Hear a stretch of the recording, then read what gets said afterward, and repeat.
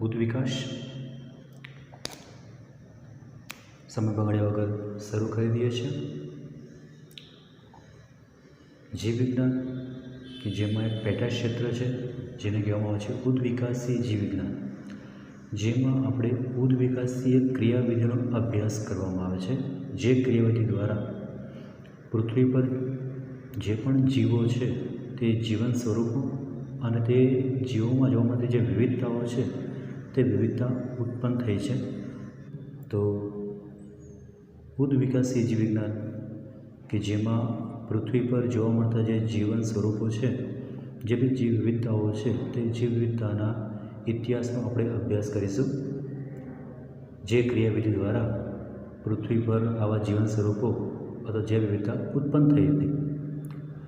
હવે જીવ ઉત્પત્તિ અને તેના સ્વરૂપોના ફેરફાર સમજીએ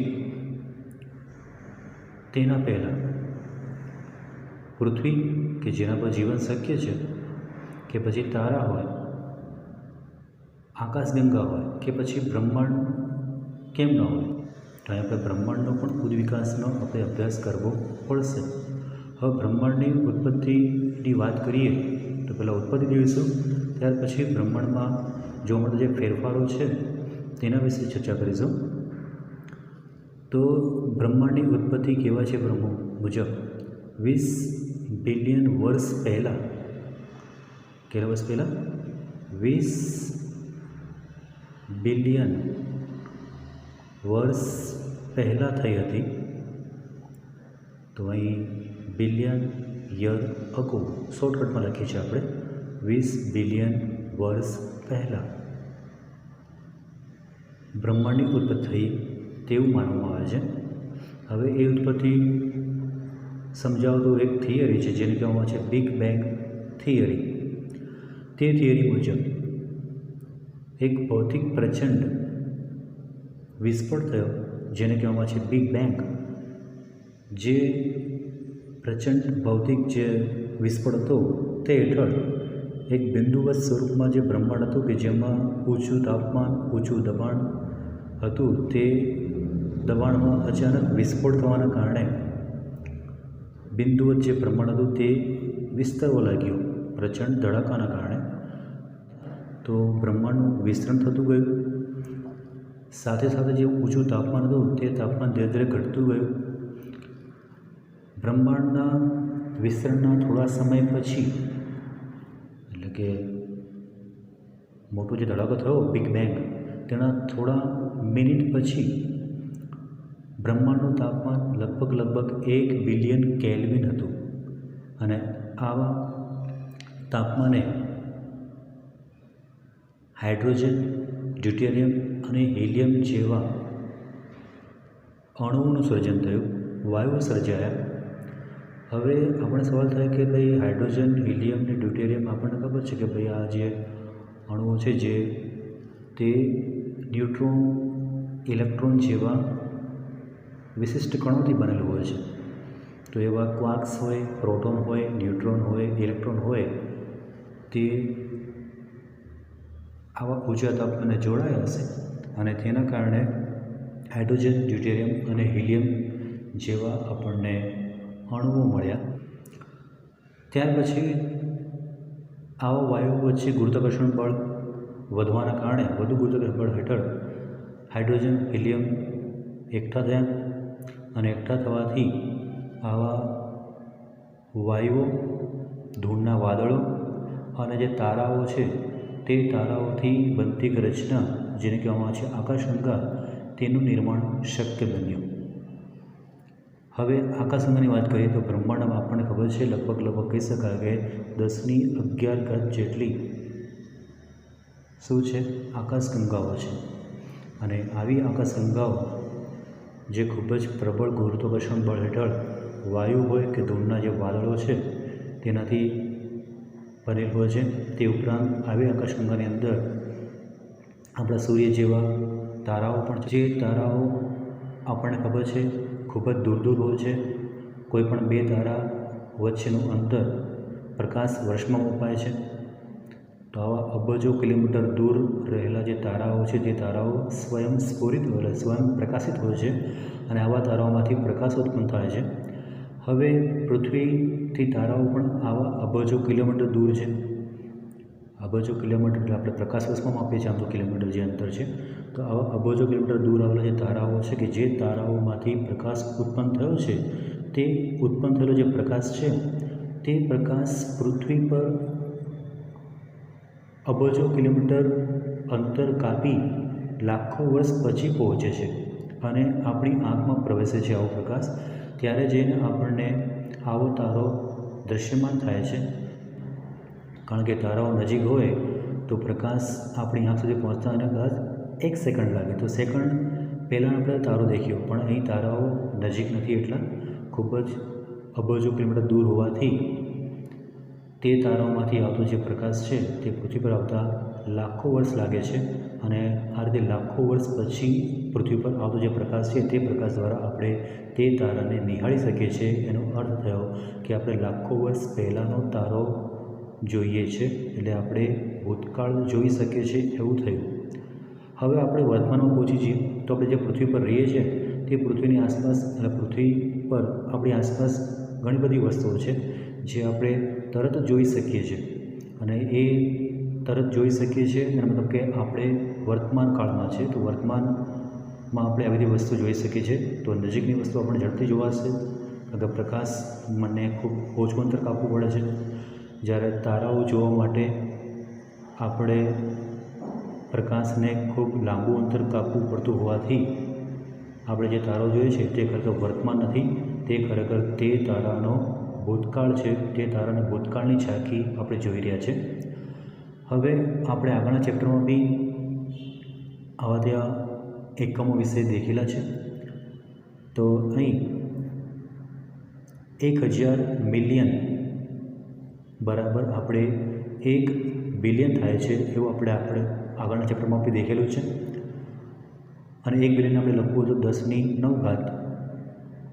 અને 1 બિલિયન એટલે 100 કરોડ. આપણને ખબર જ છે 10⁻11 એટલે કે 1 ખર્વ થાય અને 10⁻12 એટલે કે 10 ખર્વ અને 10 ખર્વ એટલે આપણે 1 ટ્રિલિયન થાય. અને આ જે 1 ટ્રિલિયન છે એટલું અથવા એનાથી પણ વધુ પૃથ્વીથી દૂર કોણ છે? તારાઓ. 10⁻15 એટલે કે 1 પદ્મ અને જેને આપણે 1 ક્વાડ્રિલિયન કહીએ છીએ. તો હવે આગળ જઈએ તો આકાશગંગાની રચના દેખીએ આપણે. હવે આકાશગંગામાંની એક આકાશગંગા કે જે આકાશગંગામાં આપણી પૃથ્વી જે સૌરમંડળમાં આવેલી છે તેની વાત કરીએ. જે આકાશગંગાને આપણે કહીએ છીએ દૂધગંગા અથવા મિલ્કી વે, જે આકાશગંગાના સૌરમંડળમાં સૂર્યની આસપાસ ભ્રમણ કરતા જે ગ્રહો છે એમાંનો એક પૃથ્વી ગ્રહ કે જે દૂધગંગાના સૌરમંડળમાં પૃથ્વી લગભગ 4.5 બિલિયન વર્ષ પહેલાં તેની ઉત્પત્તિ થઈ તેવું મનાય છે. તો 4.5 બિલિયન યર અગો, શોર્ટમાં લખવું તો આપણે હમણાં જ લખ્યું billion capital B, year small Y, ago small A. તો BYA શોર્ટમાં કેવો હતો? જે વખતે પૃથ્વીની ઉત્પત્તિ થઈ તે સમયે પૃથ્વીની આસપાસ વાતાવરણ ન હતું. તો પૃથ્વી વાતાવરણ વિહીન હતી. જે સમયે તાપમાન બી ખૂબ ઓછું હતું અને એ સમયે મોટાભાગના જે બી દ્રવ્યો હતા તે પીગળણ અવસ્થાની અંદર જોવા મળતા હતા. હવે પૃથ્વીની વાત કરીએ તો આપણને લાગે પૃથ્વી ખૂબ મોટી છે, પણ બ્રહ્માંડના પરિપ્રેક્ષ્યમાં દેખીએ તો બ્રહ્માંડમાં આપણે જો પૃથ્વી દેખીએ તો એ પૃથ્વી આપણને એક નાનકડા કણ જેવી દેખાશે.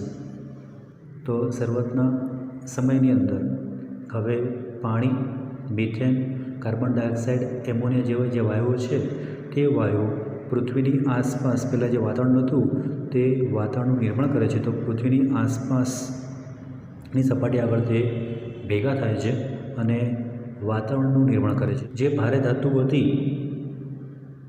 ઊંચું તાપમાન હતું તે વખતે પૃથ્વીનું, અને આવી જે ભારે ધાતુઓ હતી તે પૃથ્વીનો કેન્દ્રનો ભાગ બનાવતી હતી. તો કેન્દ્રની આસપાસ જમા થતી હતી, જેવી કે લોખંડ છે કે નિકલ છે। આગળ જઈએ તો હવે વાતાવરણની અંદર જે પાણીની બાષ્પથી પાણી વરાળ સ્વરૂપે હતું, તો જે પાણીની જે બાષ્પ છે તેના પર સૂર્યમાંથી આવતા જે યુવી કિરણો છે તે યુવી કિરણોના લીધે પાણીની બાષ્પનું એટલે પાણીના અણુનું વિઘટન થયું અને વિઘટન થવાથી હાઇડ્રોજન વાયુ જે વાતાવરણમાં ઉમેરાયો અને ઓક્સિજન ઉત્પન્ન થયો અને આ રીતે વાતાવરણની અંદર ઓક્સિજન પાણીના યુવી કિરણો દ્વારા વિઘટનથી થાય છે અને વાતાવરણમાં હવે ઓક્સિજન જોવા મળ્યું। તો પહેલાં ઓક્સિજન ગેરહાજરી હતી, એટલે આપણું પૃથ્વીનું જે વાતાવરણ હતું તે રિડ્યુસિંગ વાતાવરણ હતું, અવનત પ્રકારનું વાતાવરણ હતું અને ઓક્સિજન ઉમેરાતા હવે ઓક્સિડાઇઝ વાતાવરણ થઈ ગયું છે। ઓક્સિજનનું જેમ જેમ પ્રમાણ વધતું ગયું તેમ તેમ ઓક્સિજન અન્ય ઓક્સિજન અણુ સાથે જોડાઈ અને ઓઝોન સ્તરનું નિર્માણ કર્યું। આપણને ખબર જ છે વાતાવરણમાં આવતા જે યુવી કિરણો છે તેને શોષવાનું કામ કરે છે ઓઝોન। તો ઓક્સિજનના અણુઓ વચ્ચે પ્રક્રિયા થવાથી વાતાવરણમાં એક નવું સ્તર બન્યું જે ઓઝોન સ્તર છે। આગળ જઈએ તો હવે જેમ જેમ પૃથ્વીનું તાપમાન ઘટતું ગયું તેમ તેમ તાપમાન ઘટવાથી જે પાણી બાષ્પ હતી તે ધીરે ધીરે ઠંડી પડતી ગઈ અને ઠંડી પડવાથી પાણી હવે વરસાદ સ્વરૂપે પૃથ્વીની સપાટી પર પડવાનું શરૂ કર્યું। તો હવે પાણી પૃથ્વી સપાટી પર પહોંચે છે પ્રવાહી સ્વરૂપે અને આ રીતે પૃથ્વી પર જોવા મળે છે મોટા મોટા જે ખાડાઓ હતા તે ખાડાઓમાં પાણીનો ભરાવો થવાના કારણે મોટા મોટા મહાસાગરનું નિર્માણ થયું। 4.5 બિલિયન વર્ષ પહેલાં પૃથ્વીની ઉત્પત્તિ થઈ। એની ઉત્પત્તિ થયા પછી લગભગ 500 મિલિયન વર્ષ પછી પૃથ્વી પર પ્રથમ જીવ ઉત્પન્ન થયો, એનું સર્જન થયું। તો પ્રથમ જીવની જો હાલ ઉંમર જોવા જઈએ આજના તબક્કે તો કહેવાય કે ભાઈ 4 બિલિયન વર્ષ પહેલાં પ્રથમ જીવ પૃથ્વી પર ઉત્પન્ન થયો। તો આજની તારીખથી આપણે પૂછ્યું હોય કે ભાઈ પ્રથમ જીવ ક્યારે ઉત્પન્ન થયો, તો 4 બિલિયન વર્ષ પહેલાં। અને પૃથ્વીની ઉત્પત્તિ પછી ક્યારે ઉત્પન્ન થયું પૂછ્યું હોય તો પૃથ્વીની ઉત્પત્તિ પછી 500 મિલિયન વર્ષ પછી પ્રથમ જીવ ઉત્પન્ન થયો। પૃથ્વી પર જે જીવનનું સર્જન થયું તે બ્રહ્માંડના ઇતિહાસની એક વિશિષ્ટ ઘટના બની ચૂકી છે, કારણ કે અન્ય કોઈપણ ગ્રહ પર આવું જીવન શક્ય નહોતું જે પૃથ્વી પર શક્ય બન્યું હતું, જે ખરેખર બ્રહ્માંડના ઇતિહાસની એક વિશિષ્ટ ઘટના। તો જીવની ઉત્પત્તિ સમજાવતા અમુક વાદો રજૂ કર્યા કે જે વાદો અમુક સમયે સાચા પણ હતા, ત્યાર પછી ખરેખર એ વાસ્તવિક નહોતા, તદ્દન ખોટા નીકળ્યા। તેમાંનો પહેલો જે વાત છે વિશિષ્ટ સર્જનવાદ। જે વાત મુજબ કહેવાય છે કે ભાઈ ભગવાને જીવનનું સ્વર્ગમાં સર્જન કર્યું। તો જે બી જીવ છે, જે બી સજીવો છે તે સજીવનું સર્જન ક્યાં થાય છે? સ્વર્ગમાં થયું અને ત્યાર પછી આવા જે સજીવો છે તેને પૃથ્વી પર મોકલવામાં આવ્યા। હવે આવું જ બાઇબલનો એક ચેપ્ટર આવે છે જીનેસિસ, જેમાં પણ વાત કરી છે કે ભાઈ પૃથ્વી પર સૌ પ્રથમ જે પુરુષ છે તેને એડમ કહેવામાં આવે છે અને સૌ પ્રથમ જે સ્ત્રી હતી પૃથ્વી પરની તેનું નામ ઈવ હતું। એડમ અને ઈવ સૌ પ્રથમ પૃથ્વી પર ઉત્પન્ન થતા સજીવ છે, માનવો છે અને પૃથ્વી પરની જે પણ સજીવો છે તે બધા આની જ સંતાનો છે। ત્યાર પછી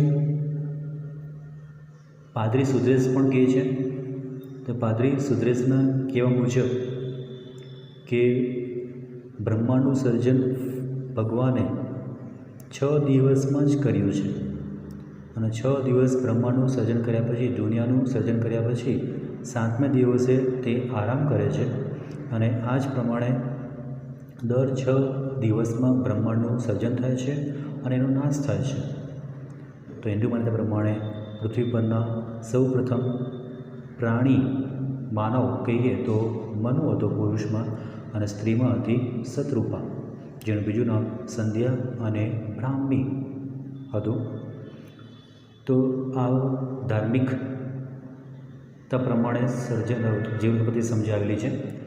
અજીવન જનનવાદ, જે વાત એમ કહે છે કે ભાઈ જે પણ સજીવ છે, જે પણ જીવ છે તે અજૈવ પદાર્થમાંથી ઉત્પન્ન થયેલો છે. તો જે અજૈવિક જે નિર્જીવ જે પદાર્થો છે તે નિર્જીવ પદાર્થમાંથી સજીવનો ઉદ્ભવ થયેલો છે તેવું કહે છે. હવે તે મુજબ આ વાત મુજબ જે જીવ છે તે કાદવ, માટી, માંસ, કોવાટવાળા ઘાસ હોય, સડેલું ઘાસ હોય કે કાદવ હોય, કુદરતી ખાતર હોય, તેમાંથી આવા જે નિર્જીવ જે વસ્તુઓ છે તેમાંથી જીવની ઉત્પત્તિ થઈ છે. હવે આ વાતની સત્યતા 17મી સદી સુધી રહી. 17મી સદીમાં ફ્રાન્સિસ્કો રેડી અને લુઈ પાસ્ચરના પ્રયોગોના આધારે એક નવો જીવત્વથી સમજાવતો વાદ આવ્યો, જેને કહેવામાં આવે છે ભાઈ સ્વયં સ્ફુરિત જનનવાદ અથવા જીવ જનનવાદ. તો આમના પ્રયોગોના પરિણામ સ્વરૂપ નવો જે સજીવ છે તે પૂર્વ અસ્તિત્વ ધરાવતા સજીવમાંથી ઉત્પન્ન થાય છે. તો પહેલાં આવા સજીવ હોવા જોઈએ જે સજીવોમાંથી કોઈ ક્રિયા થશે, જે ક્રિયા દ્વારા નવો સજીવ ઉત્પન્ન થશે. અને આપણને ખબર છે કે કઈ ક્રિયા છે. તો પૂર્વ અસ્તિત્વ ધરાવતા જે સજીવો છે તે સજીવો પ્રજનન પ્રક્રિયા દ્વારા, આપણને ખબર છે ભાઈ, પ્રજનન પ્રક્રિયા દ્વારા નવો સજીવ પેદા કરે છે. હવે આ વાત સમજવા માટે તેમને જે પ્રયોગ કર્યા એમાં આપણે લુઈ પાસ્ચરનો પ્રયોગ જોઈશું. લુઈ પાસ્ચરનો પ્રયોગ માટે તેને રાઉન્ડ બોટમ ફ્લાસ્ક લીધું. આ ફ્લાસ્ક છે જેનું જે તળિયું છે, જે બોટમ છે તે કેવું હોય છે? રાઉન્ડ છે, ગોળાકાર છે. એટલા માટે એને કહેવામાં આવે છે RBF, રાઉન્ડ બોટમ ફ્લાસ્ક. હવે આ ફ્લાસ્કની અંદર એને જંતુ રહિત બેક્ટેરિયા ન થાય એ પ્રમાણે મૃત ઈસ્ટ, મરેલી ઈસ્ટ અને શર્કરાનું મિશ્રણ લીધું. તો બે વસ્તુ છે, મરેલી ઈસ્ટ અને શર્કરા, અને એને જંતુ રહિત કરી નાખ્યું, બેક્ટેરિયા રહિત કરી નાખ્યું મિશ્રણને. હવે આ જે ફ્લાસ્ક છે તેને ગરમ કરાવ્યું ઉપરની નળીને, અને જે ઉપરનું જે નેક છે તે નેકને ગરમ કરી આ આકારમાં રૂપાંતર કર્યું. અને આ જે આકાર દેખાય છે તે આકાર હંસની ડોક જેવો હોવાથી, કોને જેવો? હંસ, કે જેને ઇંગ્લિશમાં શ્વાન કહેવાય છે. અને એની જે ડોક છે, ઇંગ્લિશમાં આપણે ડોક એટલે ગરદન આપણે કહીએ છીએ, તો નેક, તો હંસલાની ગરદન જેવું દેખાતું હોવાથી આવા ફ્લાસ્કને કહેવામાં આવે છે શ્વાન નેક ફ્લાસ્ક. હવે જે ફ્લાસ્કનો જે છેડો છે તે સીલ કરી દેવામાં આવ્યો, બંધ રાખવામાં આવ્યો, જેથી બહારથી હવા પ્રવેશે નહીં, અને થોડો સમય મૂકવામાં આવ્યો. આવો જ બીજો ફ્લાસ્ક તૈયાર કરવામાં આવ્યો કે જેમાં પણ ઈસ્ટ અને શર્કરાનું મિશ્રણ છે, અને એનું પણ જે નેક છે ગરમ કરી શ્વાનની ડોક જેવા આકારનું કરી દીધું. અને જે સર્વરનો જે છેડો છે તે ખુલ્લો રાખ્યો. તો આમાં છેડો બંધ છે, આમાં છેડો ખુલ્લો છે. તો બંને ફ્લાસ્કનું નિરીક્ષણ કર્યું તો જોવા મળ્યું કે જે બંધ જે ફ્લાસ્ક છે, જે ખુલ્લો જે ફ્લાસ્ક છે, જેનો છેડો ખુલ્લો છે, તેના મિશ્રણની અંદર નવા સજીવ ઉત્પન્ન થયેલા જોવા મળ્યા. આ નવા સજીવ તરીકે આપણે બેક્ટેરિયાની હાજરી જોવા મળી, જ્યારે જેનો છેડો બંધ હતો તેના મિશ્રણમાં નવો સજીવ ઉત્પન્ન થયો નહીં. કેમ? તો આપણને ખબર છે ભાઈ, જે ખુલ્લો છેડો હતો તેમાં હવા ગઈ હશે, અને આવી જે હવા છે તે ખાલી હવા ના હોય, એમાં બેક્ટેરિયા પણ તરતા હોય છે, અને આવા જે બેક્ટેરિયા છે તે બેક્ટેરિયા અંદર પહોંચી ગયા હશે, અને આવા જે બેક્ટેરિયા છે તે આવી જે શર્કરા છે તે શર્કરાનો ઉપયોગ કરી વિઘટન પામ્યા હશે, પ્રજનન કર્યું હશે, અને વિભાજન પામી નવા બેક્ટેરિયા અથવા નવા સજીવ ઉત્પન્ન કર્યા હશે. એવું જ અહીં ઘટના જોવા મળી નહીં. કેમ? કારણ કે છેડો બંધ હતો, જેથી હવા પ્રવેશી નહીં, અને હવા ન પ્રવેશી એટલે બેક્ટેરિયા અંદર પ્રવેશ્યા નહીં, અને બેક્ટેરિયા ન પ્રવેશ્યા જેથી બેક્ટેરિયા નવો સજીવ ઉત્પન્ન કરી શક્યા નહીં. તો આ રીતે પૂર્વ અસ્તિત્વ ધરાવતા સજીવમાંથી નવા સજીવ ઉત્પન્ન થાય છે તેવું લુઈ પાસ્ચરનો પ્રયોગ દ્વારા નિષ્કર્ષ કાઢ્યો. અને ફ્રાન્સિસ્કો રેડીએ પણ આવું જ કીધું છે, એનો પ્રયોગ પણ એવો જ છે, પણ એની ચર્ચા અહીં આપણે કરી નથી. ચોથો વાદ, જે મોટાભાગના કેટલાક સાયન્ટિસ્ટો વૈજ્ઞાનિકો માને છે કે જે પૃથ્વી પરનું જે જીવન છે તે ખરેખર બહારથી આવેલું છે, અંતરિક્ષમાંથી, અવકાશમાંથી આવેલું છે. અને તે વખતના જે ગ્રીકના જે ખગોળશાસ્ત્રી હતા તે ખગોળશાસ્ત્રનો પણ આ એક માન્ય વિચાર છે. અને એ વિચાર મુજબ જીવન માટે જે જરૂરી એકમો છે તે જીવનના એકમો, જેને સ્પોર્સ કહેવાય છે, તે સ્પોર્સ અંતરિક્ષમાંથી પૃથ્વી જેવા બીજા જે ગ્રહો છે તેના પર સ્થળાંતર પામેલા છે. તો બીજા ગ્રહો પર પણ આવા સ્પોર્સ છે, અને એવા સ્પોર્સ પાછા અંતરિક્ષમાંથી ક્યાં આવેલા છે? પૃથ્વી પર આવેલા છે. અને પૃથ્વી પર આવા સ્પોર્સના કારણે આવા જે જીવનના એકમો છે તેમાંથી જીવ ઉત્પન્ન થયેલો છે, અથવા વિશેષણ કહીએ તો આ રીતે અંતરિક્ષમાંથી જીવ અથવા જીવન આવેલું છે. પૃથ્વી પર આવું જીવન કંઈ પેદા થયેલું નથી, બહારથી આવેલું છે. ત્યાર પછી 4 વાદ પૂરા થયા. 5મો વાદ, જેને કહેવામાં આવે છે જૈવજનનવાદ. જે વાદ મુજબ અજૈવિક કાર્બનિક અણુઓમાંથી જીવ બને છે તેવું કહેવું છે. હવે આ જે વાદ છે તે વાદમાં પહેલું રાસાયણિક ઉદ્વિકાસ આવે છે. રાસાયણિક ઉદ્વિકાસ થાય પછી જ જૈવિક ઉદ્વિકાસ શક્ય બને છે. તો જૈવજનનવાદનો પહેલો ભાગ રાસાયણિક ઉદ્વિકાસ, કે જે વાદ કોણ આપ્યો? ઓપરિન રશિયાનો, અને ઇંગ્લેન્ડનો બ્રિટિશો છે તે ઇંગ્લેન્ડનો હાલ્ડેન. આ બંનેની સંકલ્પના, તે બંને સંકલ્પના રજૂ કરી. આ બંનેનું કહેવું હતું કે જે અકાર્બનિક જે અણુઓ છે તે અકાર્બનિક અણુઓ ભેગા થવાથી, પ્રક્રિયા થવાથી કાર્બનિક અણુ બન્યા. અને આવા જે કાર્બનિક અણુઓ છે તે મહા અણુઓથી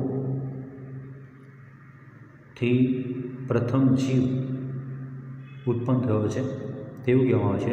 તો આ રીતે ભાઈ અજૈવિક જે અણુઓ છે અકાર્બનિકમાંથી કાર્બનિક, અને આવા જે અજૈવિક જે અણુઓ છે અકાર્બનિક અણુ જેવા, તેમાંથી પ્રથમ જીવ અથવા તો જીવન શક્ય બન્યું છે. જે અકાર્બનિક અણુઓ છે મિથેન, એમોનિયા, હાઇડ્રોજન, હિલિયમ, પાણીની બાષ્પ. આ અકાર્બનિક જે અણુઓ છે તે અણુમાંથી, જે સમયે તાપમાન પણ વધુ હતું અને ઓક્સિજન વિહીન વાતાવરણ હતું, પૃથ્વીની આસપાસનું વાતાવરણ તો કેવું હતું? ઓક્સિજનની ગેરહાજરી હતી, એટલે રિડ્યુસિંગ વાતાવરણ હતું. અને આવા જે વાયુઓ છે તે વાયુઓ ઊંચા તાપમાને પ્રક્રિયા થાય છે, અને પ્રક્રિયા માટે જરૂરી જે ઉર્જા છે તે સમયે સૂર્યમાંથી આવતા યુવી કિરણો, અલ્ટ્રાવાયોલેટ જે કિરણો છે તેમાંથી મળતી હતી. કેટલીક વખત પ્રબળ વીજળી થતી હતી, તો વીજળીના ઝબકારામાંથી પણ આવી ઉર્જા પ્રાપ્ત થતી હતી. અને તે ઉપરાંત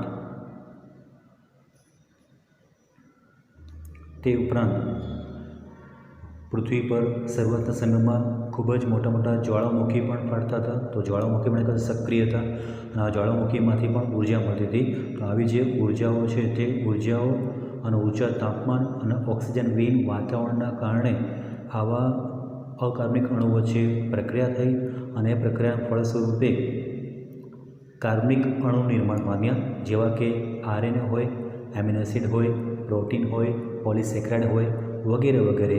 અને આવા કાર્બનિક અણુઓમાંથી જીવની ઉત્પત્તિ થઈ તેવું ઓપરિન અને હાલ્ડેન માનતા હતા. એમની સંકલ્પના હતી, એટલે એ લોકોએ ફક્ત એમની થિયરી રજૂ કરી કે આ રીતે જીવ ઉત્પન્ન થયો અકાર્બનિકમાંથી કાર્બનિક, અને કાર્બનિકમાંથી પ્રથમ જીવ. પરંતુ તે એના પુરાવા આપી શક્યા નહીં. હવે આવી જે સંકલ્પના છે તેમને ટેકો આપતા પુરાવા આપ્યા યુરી અને તેનો જે વિદ્યાર્થી છે મિલર, તે લોકોએ પ્રયોગ કર્યો. તો આવો પુરાવો આપતો યુરી અને મિલરનો પ્રયોગ જોઈએ એના પહેલાં આપણે આ વાતનો બીજો ભાગ જોઈ લઈએ. જૈવજનનવાદનો બીજો ભાગ રાસાયણિક ઉદ્વિકાસ સ્વરૂપે મહા જે અણુઓ છે આરએનએ હોય, એમિનો એસિડ હોય, પ્રોટીન હોય, પોલિસેક્રાઇડ હોય, લિપિડ હોય, ડીએનએ હોય, નાઇટ્રોજન બેઝ હોય વગેરે જે પણ મહાઅણુઓ છે તેનું નિર્માણ થયા પછી આવા રસાયણો જે મહાઅણુઓ છે તે મહાઅણુઓમાંથી હવે જીવની ઉત્પત્તિ શક્ય બનશે અને આરએનએ, પ્રોટીન, પોલિસેક્રાઇડ જેવા મહાઅણુઓમાંથી પ્રથમ જીવ ઉત્પન્ન થયો. આ જે જીવ છે તે કોષ એટલે કે ભાઈ તેનું જે બંધારણ છે તે કોષી નહોતું, અકોષી જીવ છે, જેમાં મહાઅણુઓ છે પણ તે સજીવનું જે બંધારણ છે તે કોષ જેવું નહોતું, અકોષી હતો. અને આવો જે પ્રથમ અકોષી જે જીવ છે તેને કહેવામાં આવે છે કોઆઇસોવેટ્સ. અને આવા જે કોઆઇસોવેટ્સ છે, પ્રથમ જે અકોષી જીવ છે તે આપણને પાણીમાં જોવા મળ્યા, કારણ કે જેમ જેમ તાપમાન ઘટ્યું તેમ તેમ પૃથ્વી પર ખૂબ જ વધુ પાણી પડ્યું અને મહાસાગરોની અંદર, દરિયાઓની અંદર આપણને કોઆઇસોવેટ્સ જેવા અકોષીય જીવ દરિયામાં આપણને 3 બિલિયન વર્ષ પહેલાં ઉત્પત્તિ થઈ તેવા પુરાવા છે. તો પ્રથમ અકોષીય જીવ જેને આપણે કોઆઇસોવેટ્સ કહી શકીએ છીએ તે દરિયામાં 3 બિલિયન વર્ષ પહેલાં ઉત્પત્તિ થઈ તેવું માનવામાં આવે છે. હવે આ કોષીય રચના ધરાવતા નહોતા, છતાં પણ તે લોકો પ્રજનન કરી વિભાજન પામી શકતા હતા. પણ અમુક હજી કોષીય જે રચનામાં જે રચના જોઈએ, કોષની બંધારણમાં જે બી રચના જોઈએ તે રચના હજી ઉત્પન્ન થઈ નથી. ત્યાર પછી આગળનો વિકાસ થતો ગયો, ઉદ્વિકાસ સ્વરૂપે હવે આવા જે અકોષીય જીવ છે તે ગોળાકાર થતા ગયા અને તેમની આસપાસ હવે આવરણ રચાયું, બેવડા પરનું આવરણ. અને આવા જે બીજ કોષ છે, આવા જે કોષ છે જેને હવે આપણે કોષ કહી શકીએ છીએ તે વિષમપોષી હતા, એટલે પોતાનો ખોરાક જાતે બનાવતા નહોતા, પણ દરિયામાં જે બી કાર્બનિક જે દ્રવ્યો જોવા મળતા હતા તે કાર્બનિક દ્રવ્યોનો તે ઉપયોગ કરતા હતા ખોરાક તરીકે, પોષણ માટે. તે ઉપરાંત તે વખતે ઓક્સિજન ન હોવાના કારણે અથવા ઓક્સિજન ખૂબ જ ઓછો, આમ તો ખરેખર હતો જ નહીં, ઓક્સિજન ગેરહાજરીમાં આવા જે કોષો હતા, આવા જે સજીવ હતા તે અજારક શ્વસન કરતા હતા. એટલે આથમણ પ્રક્રિયા દ્વારા શક્તિ મેળવતા હતા, કારણ કે એક ઓક્સિજન નહોતું એટલા માટે અજારક શ્વસન થાય છે. અને અજારક શ્વસન કરી અજારક જેવી જે સજીવો હતા તે આથમણ ક્રિયા દ્વારા શક્તિ ઉત્પન્ન કરતા હતા પોતાના જે તે કાર્ય કરવા માટે. પ્રથમ કોષીય જીવ જે એક કોષીય હતા અને લગભગ મનાય છે કે આવા જે કોષીય જે જીવ છે તે 2 બિલિયન વર્ષ પહેલાં ઉત્પન્ન થયેલા નથી. તો આવા અજારક જીવ જે બેક્ટેરિયા છે તેમાં ઉદ્વિકાસ થતો ગયો અને ઉદ્વિકાસ સ્વરૂપે પ્રથમ અકોષીય જીવમાંથી કોષીય અજારક જીવી કોષો ઉત્પન્ન થયા, સજીવ ઉત્પન્ન થયા. અને ત્યાર પછી ઉદ્વિકાસના ફળ સ્વરૂપે અજારક જીવી જે સજીવો છે તેમાંથી આપણને જારક શ્વસન કરી શકે તેવા જારક જીવી સજીવ ઉત્પન્ન થયા. અને જારક જીવી એટલે મતલબ કે તે સજીવો O2નો ઉપયોગ કરી શક્તિ મેળવતા હતા. એટલે કે એ વખતે હવે વાતાવરણમાં O2 ઉત્પન્ન થયો, આગળ આપણે પ્રક્રિયા દેખીએ એ પ્રમાણે. અને આવા સજીવ જે જારક શ્વસન કરતા હતા તેવા સજીવોમાં મનાય છે કે એ સજીવ બીજા કોઈ નહીં, એ હતા સાયનો.